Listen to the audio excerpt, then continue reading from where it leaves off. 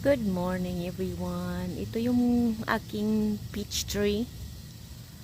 Ito yung bunga niya, ang liliit lang. Pero malapit na siyang medyo hinog na ng konti yung iba. Kaya lang ang liliit masyado. Maraming bunga. Ayan o. Panin natin. Paubaya ko na lang ito kainin ng ibon at saka ng fox. Kinakain ng fox to eh. Ito. Hahagis ko na lang ito sa kabilang fence para kainin ng fox at saka deer. Sayang to, walang kakain dito eh. Ayan o.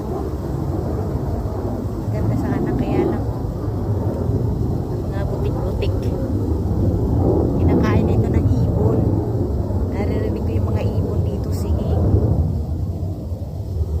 Ang ingay nila pag umaga. Dami eh.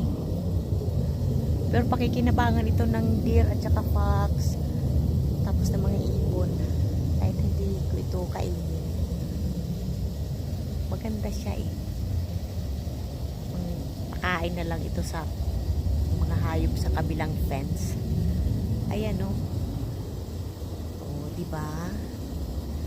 Salamat sa panunood. Like and share and comment please. Thank you. Have a great day all. Oh. Ayan pa oh.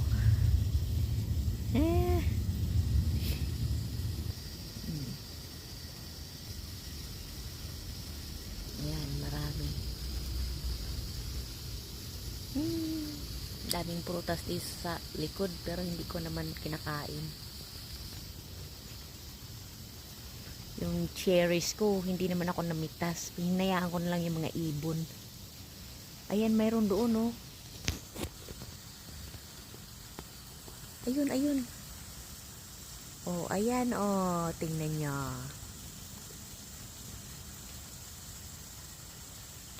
Papicturan niya.